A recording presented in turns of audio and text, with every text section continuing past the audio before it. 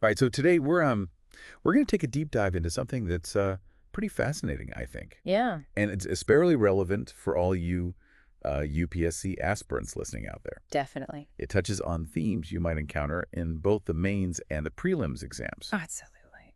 We're going to be looking at the Winter Char Dam initiative in Uttarakhand.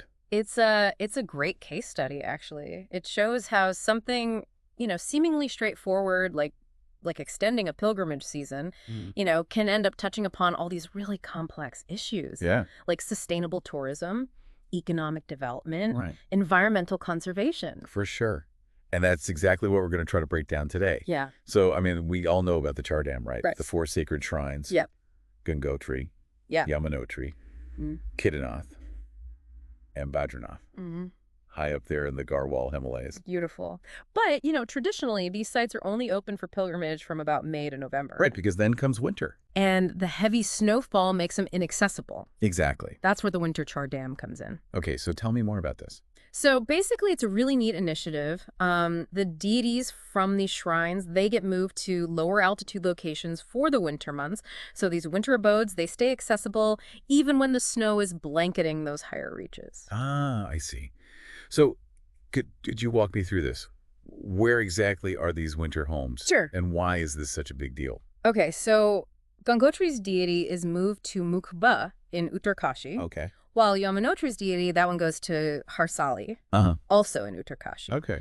Kedarnath's deity relocates to the Omkareshwar temple in Ukamath, Rudraprayag. Gotcha. And then Badrinath's deity finds a winter home in Pandakeshwar, Chamoli. Okay.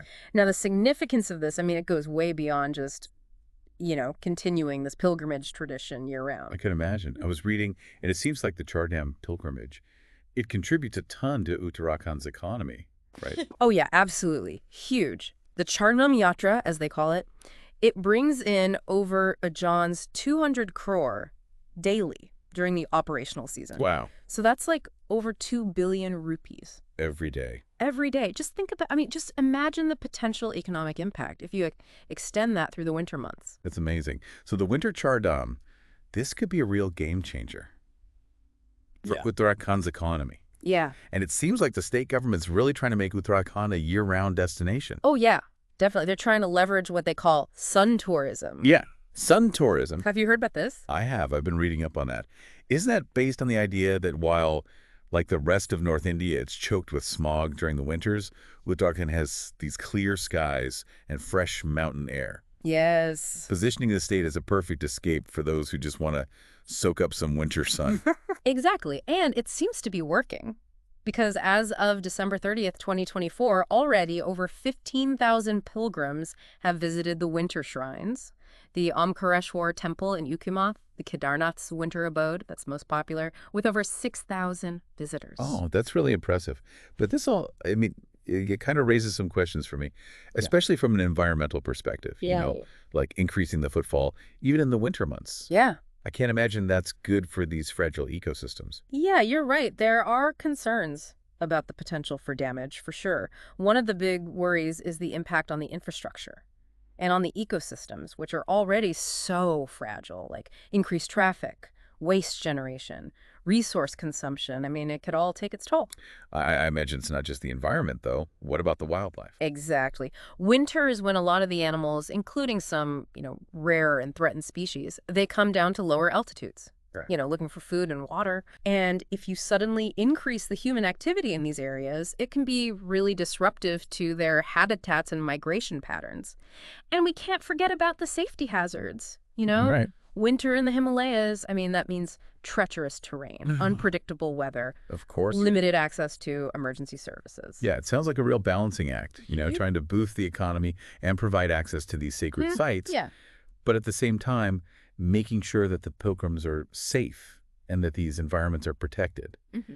So what are some of the strategies that they're using to address these challenges? Well, Is sustainable tourism even possible in an environment like that?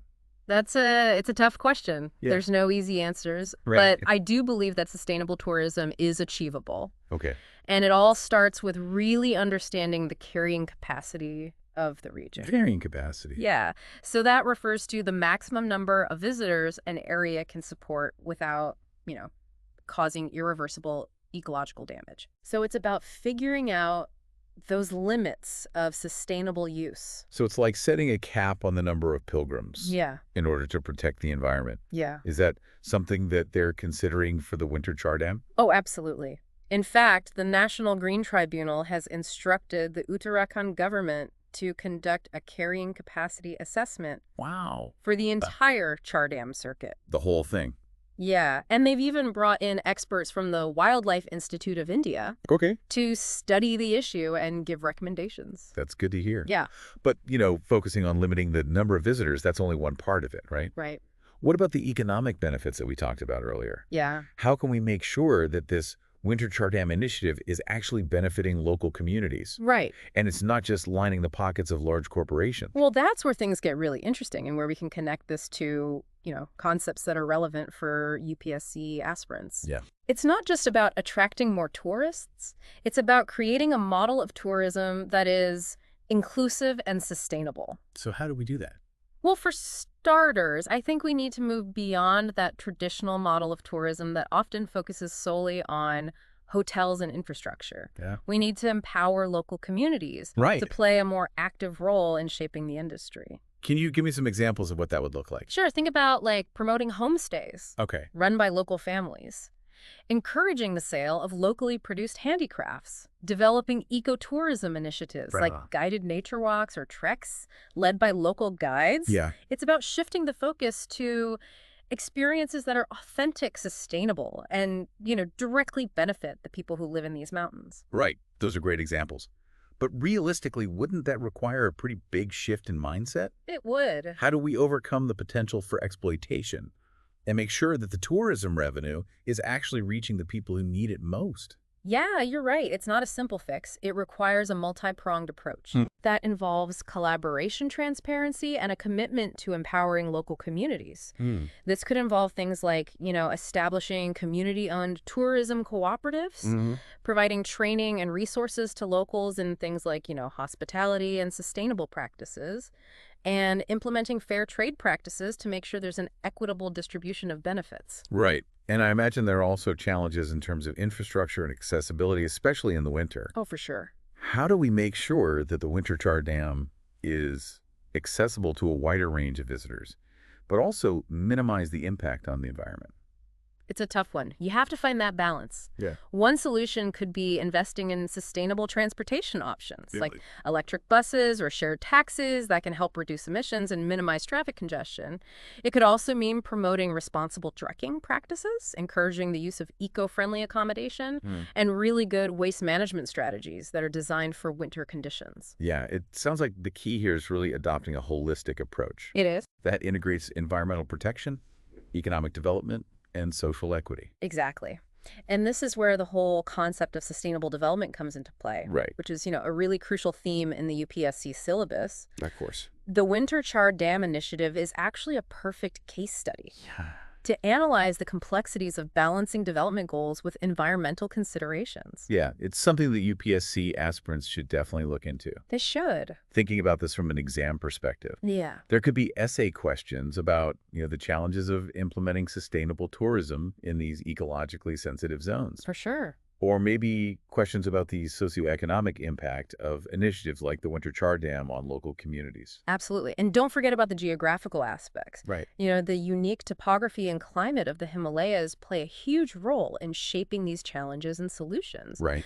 So understanding these geographical nuances is really crucial for anyone studying for the UPSC exams. It's fascinating how something like the Winter Char Dam, It is. which seems so straightforward, Yeah. really opens up this Pandora's box of complex issues, It does. touching upon, all these different aspects of governance, economics, environmental studies, and even geography. It really does. And it highlights how interconnected all these different disciplines are, which is something that's emphasized in the UPSC syllabus. It really does highlight, Yeah. how a seemingly simple initiative can have such far-reaching implications, and how important it is to think about development with a multidimensional perspective. Absolutely. And this brings us back to that idea of understanding carrying capacity. Right. It's not just relevant for the environment, Right. but also for the, the sociocultural fabric of the region. That's interesting. Yeah. How does carrying capacity relate to the sociocultural aspects of the winter chardown?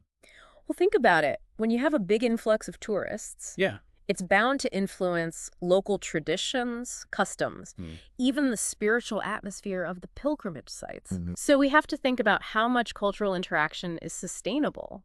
How do you make sure that tourism doesn't actually erode the very essence of what makes these places sacred? It's about more than just protecting the physical environment. Yeah. It's also about safeguarding that intangible heritage that makes these sites so unique. Exactly. And that's why involving local communities in the decision-making process is so important. Right. They're the ones who are the custodians of this heritage. Yeah. And their insights are invaluable when you're trying to shape a tourism model that respects and preserves their way of life. This has been a really insightful conversation. I feel like we've only just scratched the surface of this whole issue. We have. There's Wow. so much to learn and explore when it comes to sustainable tourism. Before we wrap up, I want to leave our listeners, and especially our UPSC aspirants, with a thought-provoking question. Okay. Imagine you're tasked with crafting a policy for sustainable tourism in the Himalayas. Okay. What are some of the key elements that you would include? That's a great question. One that really gets you thinking.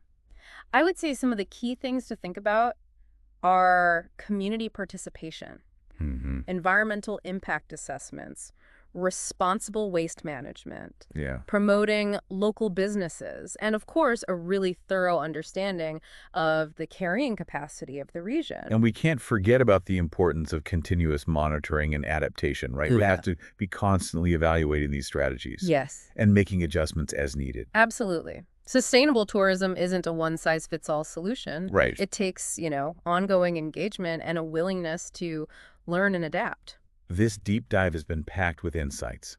I really hope our listeners, especially those preparing for the UPSC exams, found it valuable. We've covered a lot of ground today. We encourage you to keep digging into these issues, explore different perspectives, and formulate your own well-informed opinions. And if you enjoyed this episode, make sure you hit that subscribe button and leave us a review. Yeah, we'd love to hear your thoughts and suggestions. Until next time, keep exploring, keep learning, and keep those brain gears turning. From both of us, happy studying and best of luck with your UPSC journey.